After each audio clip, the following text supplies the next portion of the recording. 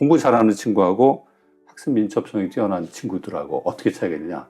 공부 잘하는 아이, 물론 단기적으로 잘한다는 의미일 거예요. 중장기적으로 다른데, 단기적으로 잘하는 아이들의 특징은 소위 말해서 교수자, 선생님이 가르치는 대로 그대로 쫓아가는 친구예요. 자기의 생각을 좀 확장해보고 더 알고 싶은 마음이 아니라 하라는 대로만 착실히 하는 친구들. 단기적으로 성공할 수 있어요. 하지만 중장기적으로는 스스로가 알고 싶은 마음을 갖고 노력하는 행동을 보여야지만 성장할 수 있는 거거든요. 따라서 지속적인 측면에서 봤을 때 학습 민첩성이 있는 친구들이 0.1%에 해당하지, 단기적으로 하라는 대로 쫓아가는 친구들이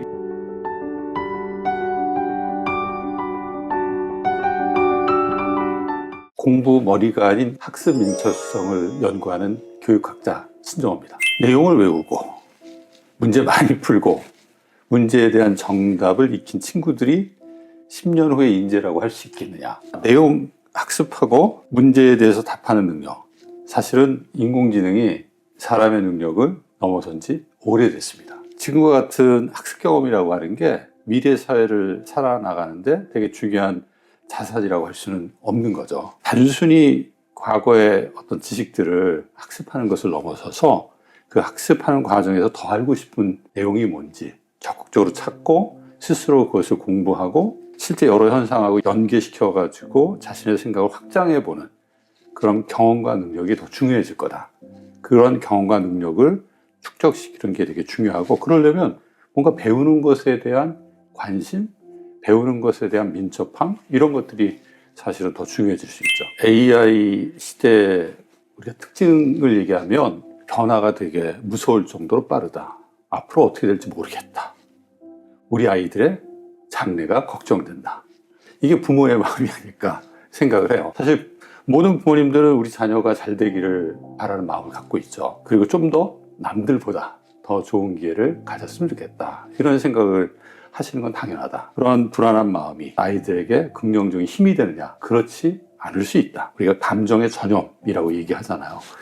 부모의 불안한 마음은 아이들에게 부정적인 영향을 미친다.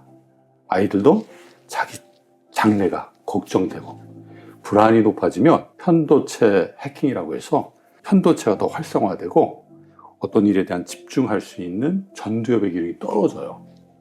아이들이 집중할 수 있는 힘을 점점 상실해 갈 수 있는 거죠. 그러니까 부모님들이 너무 불안해하지 마시고 우리가 앞으로 어떻게 될 것인지에 대한 자녀 교육과 관련된 철학이 있으면 그 불안한 마음을 어느 정도 조절할 수 있습니다.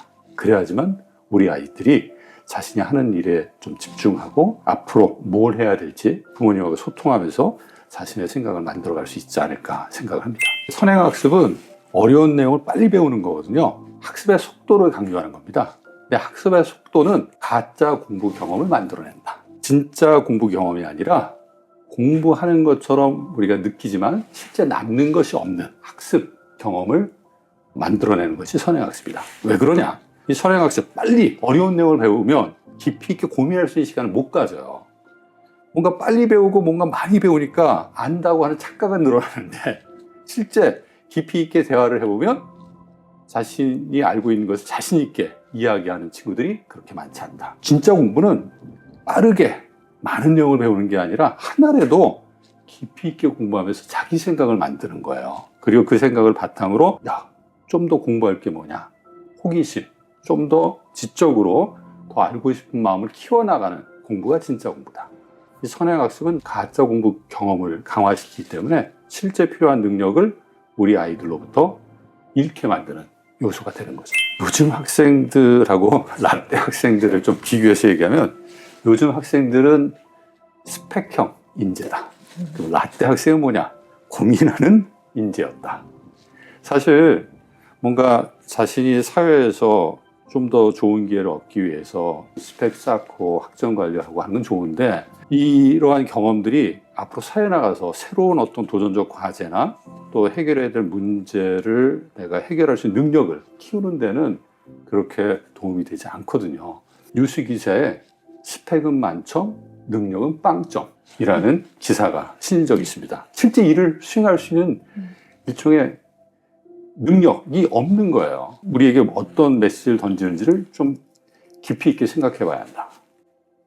단순히 스펙을 많이 쌓고 지식을 많이 학습하는 것, 이것이 앞으로 사회에 나가서 내가 어떤 일을 할 때 정말 갖춰야 될 능력이냐? 그렇지 않다. 정말 중요한 능력은 내가 어떤 걸 배우더라도 고민하면서 내 생각들을 그 안에서 키워내고 다른 현상, 문제하고 연결시켜보고 나만의 아이디어를 통해서 새로운 제안을 할 수 있는 능력과 경험을 키워나가야 한다. 그래야지만 사회에 나와서도 다 잠재 능력을 갖고 있는 친구들이잖아요. 자신의 일들을 성공적으로 할 수 있다. 서울대학에서 한 24, 5년 학생들을 가르치면서 너무 스펙형, 일종의 지식 쌓기 인재들이 많아지는구나. 좀 뭔가 다른 새로운 도전을 하는 친구들이 좀 많아졌으면 좋겠다. 도전하는 사람들 보면 학습 민첩성이 뛰어나요.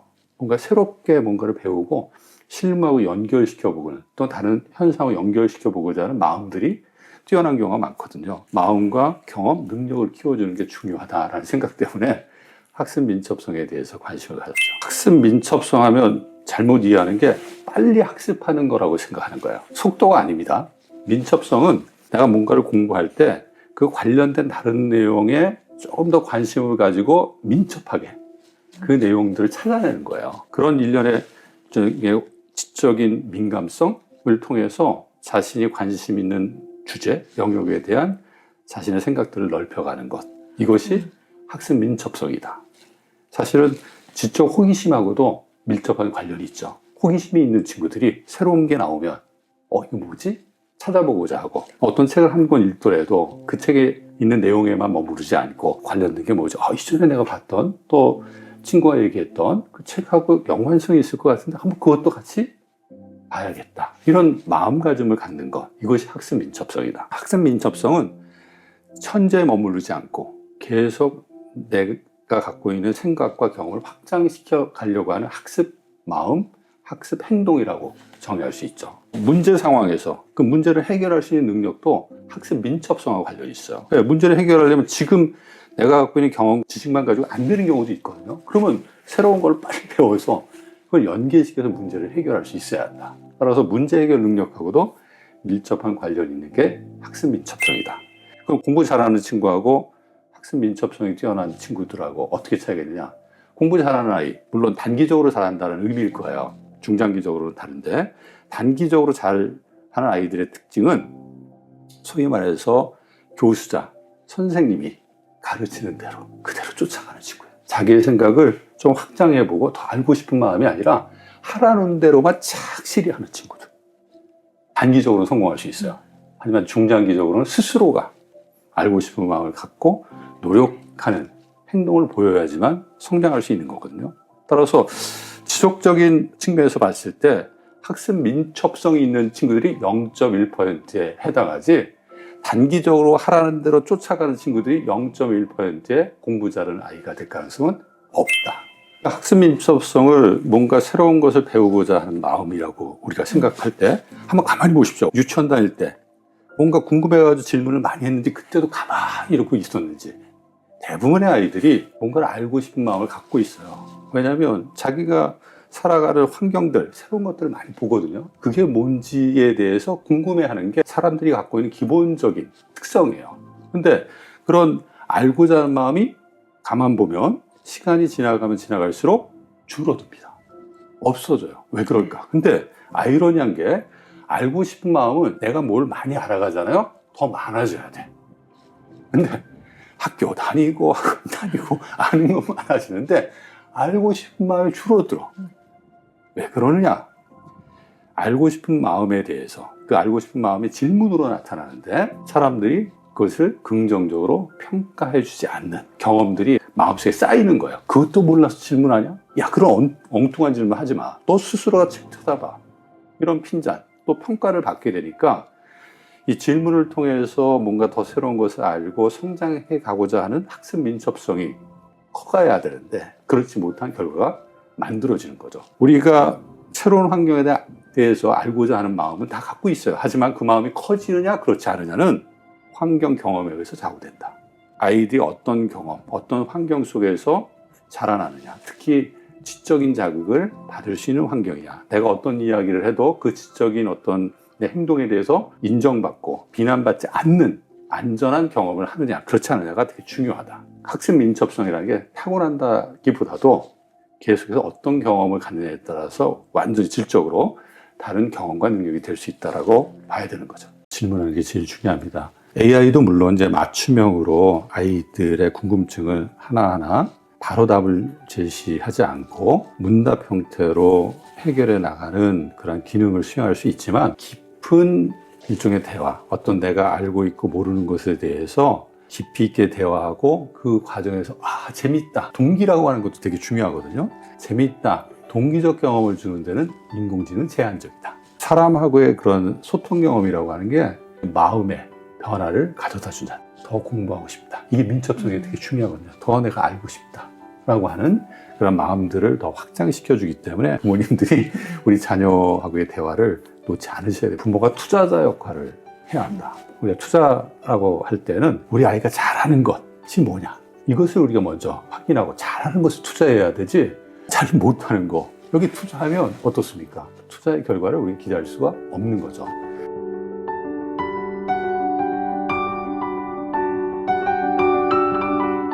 결정적인 연령대가 있는 거는 저는 아니라고 생각하고, 아이들이 어렸을 때 3세 이후에는 물어보잖아요. 이거 뭐야? 저거 뭐야? 그때부터 학습 민첩성은 발달하기 시작한다. 일종의 알고자 하는 마음이 학습 민첩성이거든요. 그때부터 부모가 그 알고자 하는 마음을 긍정적으로 충족시켜 줄 수 있는 여러 가지 활동이나 이야기들을 해주는 게 되게 중요한 거죠. 되게 중요한 게, 아이하고의 대화 과정에서 자꾸 평가하려고 하면 안 돼요. 야, 그것도 뭐야? 지난번에 얘기했잖아. 이러면 아이가 알고자 하는 마음을 상실해 가요. 심리적으로 내가 알고자 하는 마음이 안전한 마음이다. 주변에 있는 사람들이 내 알고자 하는 마음 그 자체를 응원해 준다라는 어떤 환경, 이 심리적인 어떤 지지, 이런 것들을 우리가 부모로서 되게 중요하게 생각해야 한다. 학습 민첩성이 부족한 아이들에 대해서 약간 부정적인 이야기를 할 수밖에 없는데, 사실 지식의 반감기, 우리가 이전보다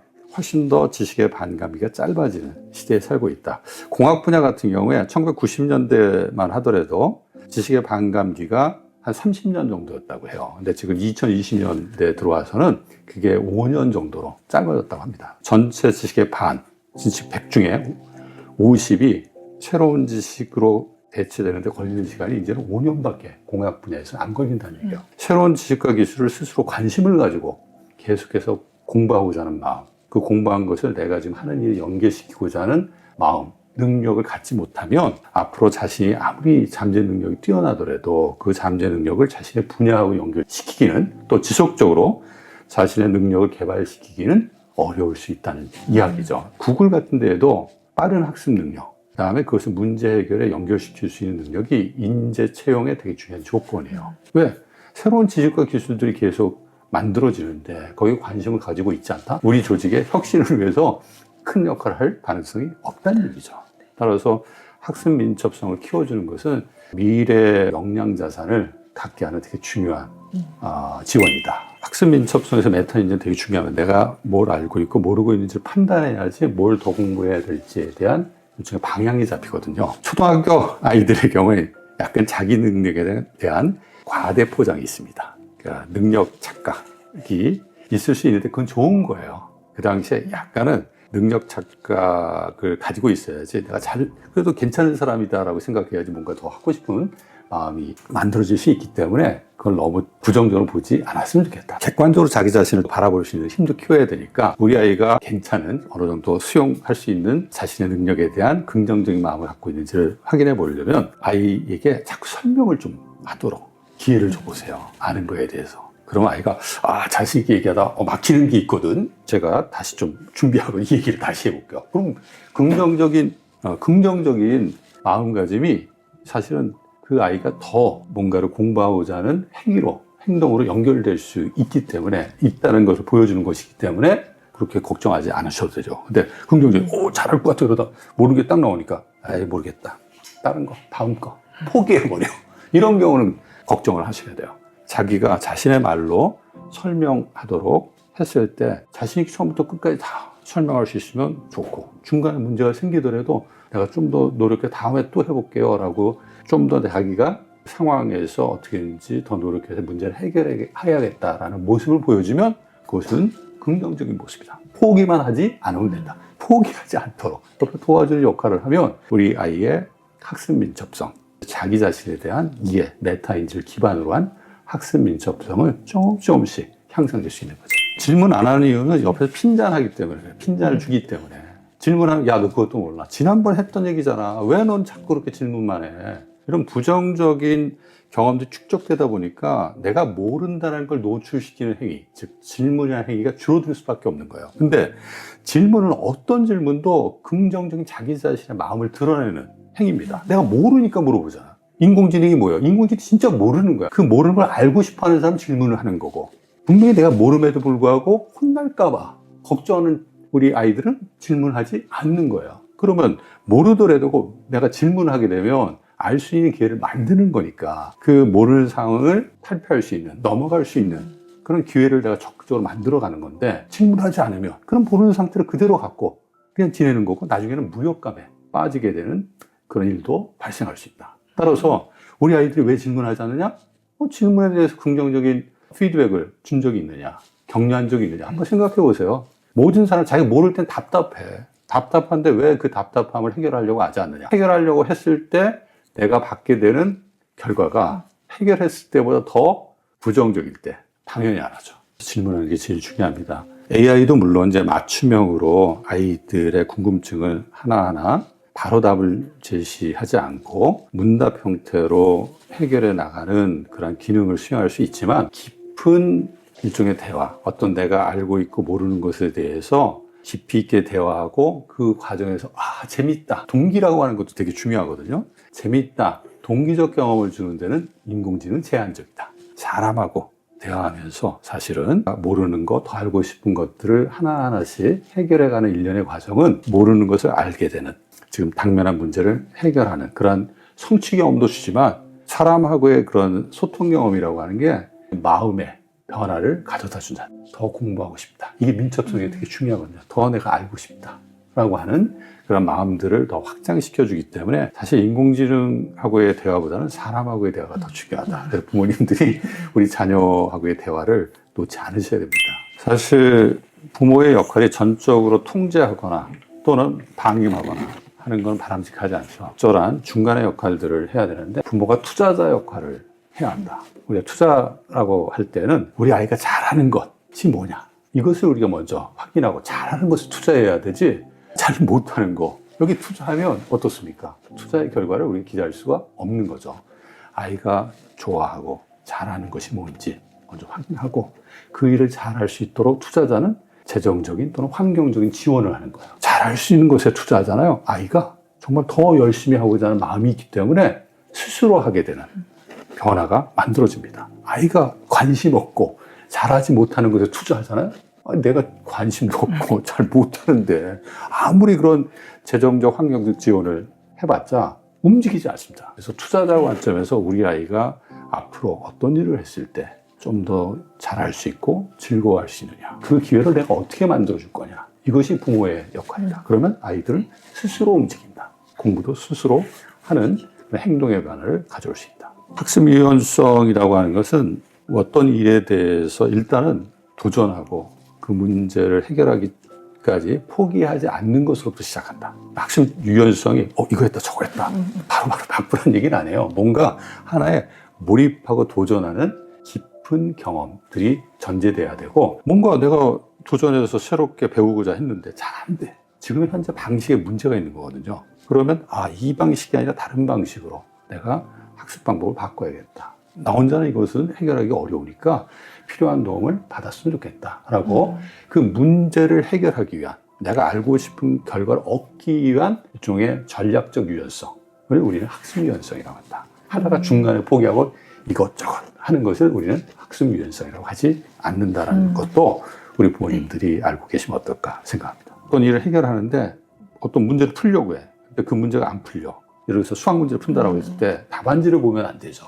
왜냐하면 자기 스스로가 뭔가 더 고민하면서 해결할 수 있는 기회를 잃어버리니까, 생각을 깊이 할 수 있는 기회를 상실하는 거니까 그렇게 바람직하진 않죠. 어떤 문제에 직면했을 때 적어도 한 몇십 분 정도, 10에서 20분, 뭐 예를 들어 30분 정도는 아이가 골머리 고민을 하는데 그 문제가 해결되지 않는다. 근데도 계속 그 문제를 가지고 끙끙대고 있다면 그거는 학습 유연성이 떨어지는 겁니다. 어떤 문제의 직면에서 일정 시간을 집중적으로 투자했음에도 불구하고 그 문제를 해결하지 못한다라고 했을 때는 관점을 전환시키든지 또는 방법을 바꾼다든지 환경을 바꾼다든지 전환이 필요하다. 우리가 끈기, 일단은 중요해요. 필요해요. 우리가 직면한 문제들이 그냥 빠른 시간 내에 단기적 방법으로 해결되는 경우는 그렇게 많지 않거든요. 하지만 그 문제를 해결하는 데 있어서 어느 정도 시간 투자를 했음에도 불구하고 문제가 해결되지 않는다. 계속해서 그 문제에 매여 있을 수는 없거든요. 충분히 내가 고민했다라고 했을 때는 관점의 변화, 환경의 변화, 방법의 변화가 필요한 거다. 이 학습 유연성 그때 필요한 거죠. 우리 부모님이 아이가 일단은 어떤 문제나 학습을 할 때 그 내용에 대해서 집중하느냐, 몰입하느냐를 보시고 잘 이해가 안 될 때 스스로 어느 정도 노력하는지를 약간의 시간을 두고 지켜보실 필요가 있어요. 그리고 난 다음에 그래도 해결이 안 되면 왜 해결되지 않는지 같이 대화하면서 그 문제를 해결할 수 있도록 옆에서 지원을 해주면 아이들이 공부에 있어서 몰입, 집중의 경험과 문제가 해결되지 않을 때 그때 경험하게 되는 한계들을 극복하는데 우리 학습 유연성이라고 하는 어떤 경험들을 부모의 그런 옆에서의 그 역할을 통해서 긍정적으로 할 수 있지 않을까 생각합니다. 내가 잘못 알고 있는 것은 언러닝이라고 해서 그 탈학습을 해야 되죠. 보통의 경우에는 무조건 포기하기보다는 그 방법이 사실 유용하게 쓰일 수 있는 환경이 있을 거고 그렇지 않은 환경이 있어요. 또 다른 방법이 지금 현 문제 상황에 더 적합한 어떤 역할을, 기능을 할 수 있는 가능성도 존재한다. 우리가 학습 유연성이라고 하는 것은 그 상황에 대한 판단을 통해서 유연하게 다른 방식 또는 다른 재원들을 잘 활용하는 능력, 궁극적으로 그 문제를 해결하는 능력을 학습 유연성이라고 하고 이건 학습 민첩성의 되게 중요한 한 부분으로 우리가 생각할 수 있는 거죠. 두 가지를 우리가 좀 생각해 볼 수 있는데 하나는 조건적 인정이에요. 네가 공부 잘하면 내가 인정해 줄게. 내가 하라는 대로 하면 내가 네가 원하는 거 해줄게. 이건 조건이거든요. 그 조건을 충족하지 못하게 되면 보상도 없는 거죠. 부모와 자녀 간의 관계는 일종의 조건에 따른 보상의 관계예요. 그때는 신뢰의 관계가 만들어지지 않아요. 그리고 내가 그 조건을 충족하지 못하면 내가 쓸모없는 사람이 있다라고 아이는 생각할 수도 있다. 그럼 부모 자녀 관계에 있어서 소통도 무너지고 아이의 경우에 그 조건을 충족하지 못하니까 더 이상 내가 뭔가를 하고자 하는 마음도 상실하게 된다. 우리 부모님들이 너무 조건에 따른 보상, 조건에 따른 어떤 결과, 제공 이런 것들을 부모 자녀 관계의 중요한 일종의 양육 방법, 훈육 방법 또는 교육 방법으로 생각하지 않았으면 좋겠다. 이 말씀을 꼭 드리고 싶고 두번째는 실패나 실수에 대한 부모의 인식이에요. 작은 실패나 실수들에 대해서도 용납하지 못하는 부모님들이 있습니다. 야, 그것도 못하면 특히 비교하면서 쟤는 한 번에 다 하는데 너는 그렇게 옆에서 지원해주고 했는데 이거밖에 못하느냐. 그런 마음에 아이들은 무엇을 갖게 될까요? 상처뿐만 아니라 나는 해도 안 되는 사람. 아주 부정적인 자기인식을 가질 수밖에 없어요. 약간의 실패 실수를 하더라도 왜 그런지를 우리가 찾아내고 그 실패 실수를 반복하지 않으면 되잖아요. 하지 않도록 옆에서 관심을 가지고 왜 그 문제를 어려워하는지, 자꾸 그 문제를 틀리는지, 왜 그 내용에 대한 이해가 온전히 이루어지지 않은지를 아이하고 대화하면서 그 원인을 찾아내고 그것이 방법이라면 방법의 개선을 통해서 하나하나 좀 해결해 나가는 경험을 시간이 걸리더라도 갖게 하는 게 중요하다. 실패, 실수한 거에 대해서 자꾸 부정적으로 이야기하게 되면 아이의 마음에 대못을 쿵쿵쿵 박는 것이다 라고 생각하시면 됩니다. AI를 잘 활용하는 게 학습 민첩성과 관련이 있느냐? 관련이 많죠. 왜냐하면 요새 인공지능하고의 협력, 협업이 되게 중요한 개인의 능력이자 경험이 될 것이다라는 얘기 많이 해요. 인공지능이라고 하는 일종의 파트너하고 협력하면서 살아가야 돼요. 그리고 그 파트너하고 여러 가지 협력하면서 나의 능력을 확장시킬 수 있는 성장의 환경들을 우리는 갖고 있다. 우리가 인공지능을 적절히 활용하는 게 중요한 이유 중에 하나로 증강 능력 개념 많이 얘기하잖아요. 내가 갖고 있는 생각의 한계, 또 경험의 한계를 인공지능하고 같이 대화하면서 확장해 갈 수 있는 되게 중요한 기회를 만들 줄 알아야 한다. 따라서 인공지능을 잘 활용하는 거, 학습 민첩성 관리가 되게 중요합니다. 그리고 공부 잘하는 아이, 인공지능을 잘 활용하는 아이, 어떤 아이로 키워야 되느냐? 물론 공부도 잘하고 인공지능도 잘 활용하는 아이로 키워야 되죠. 근데 공부를 잘한다라고 하는 건 여기서는 그냥 단순히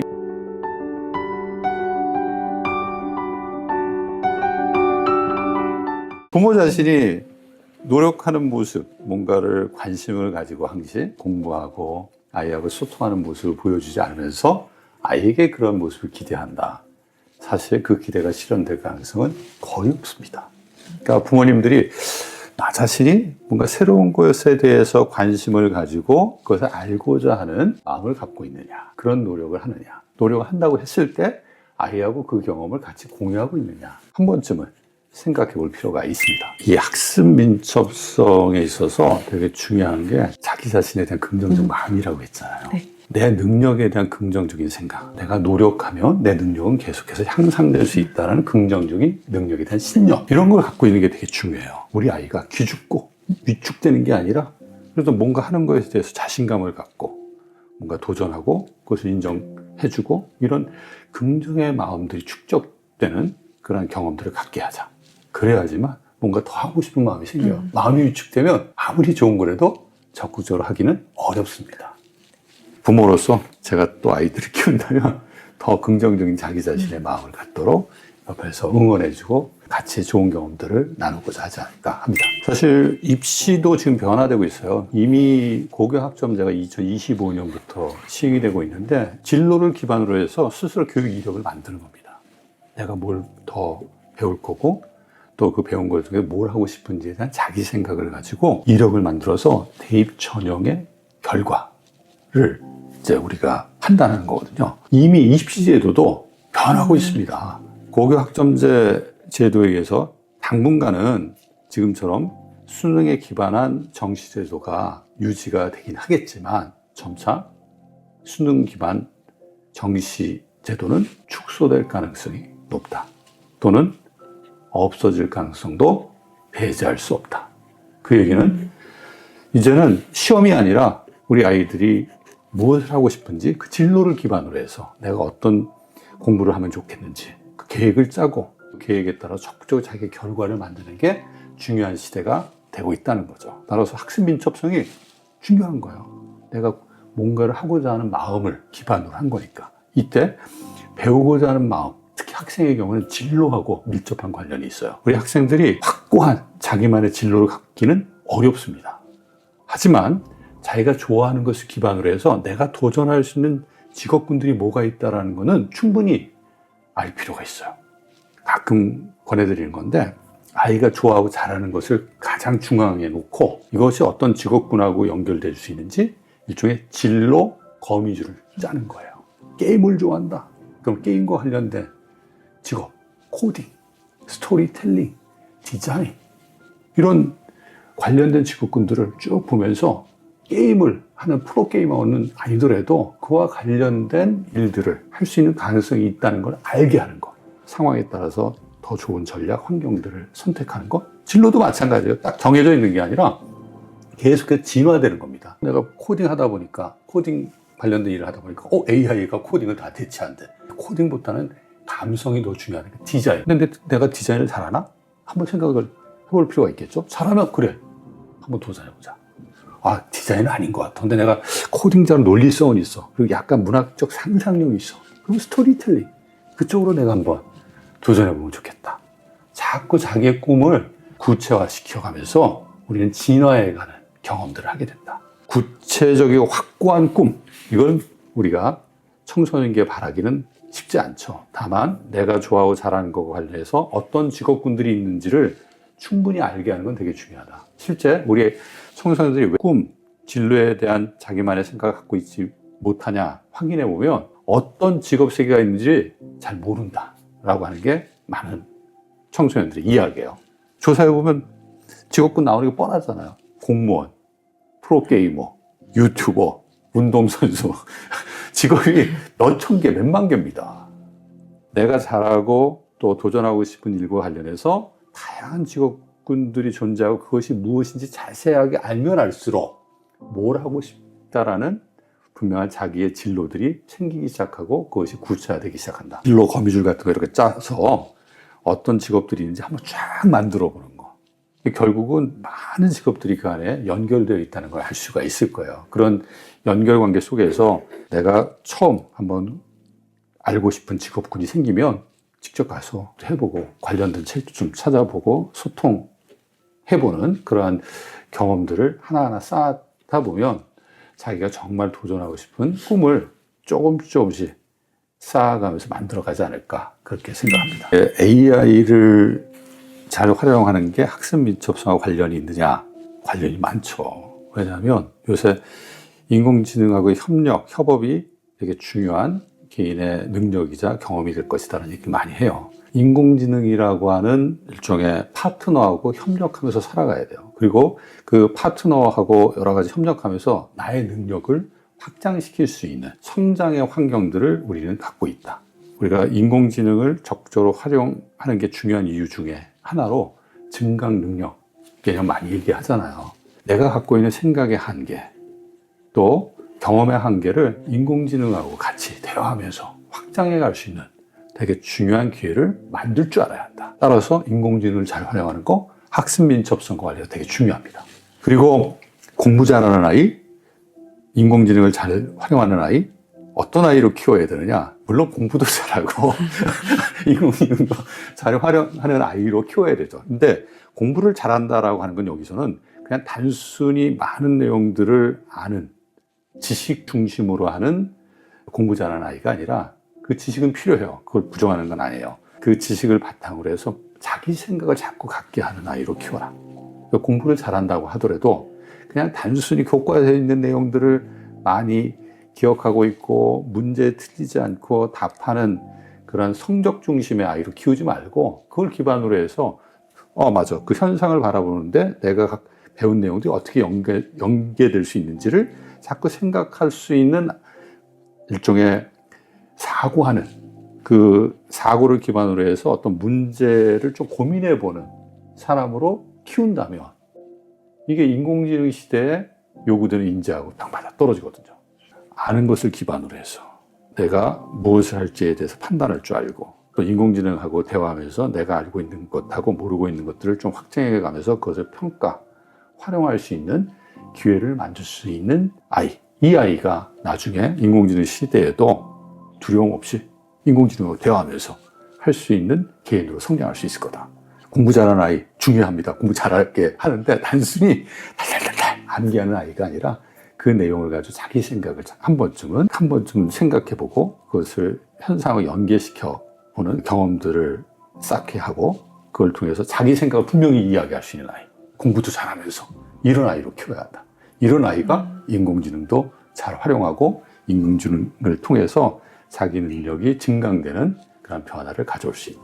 내가 뭔가 새로운 것보다는 계속해서 이전의 것들에 고착돼서 변화가 좀 필요하다. 그 변화의 마음을 어떻게 키울 거냐. 이런 고민을 갖고 계신 분들 제가 한번 보시면 성인의 경우에도 도움이 되지 않을까 생각하고요. 아이들의 경우에도 이제는 자기 생각을 좀 키우는 경험들을 해야 됩니다.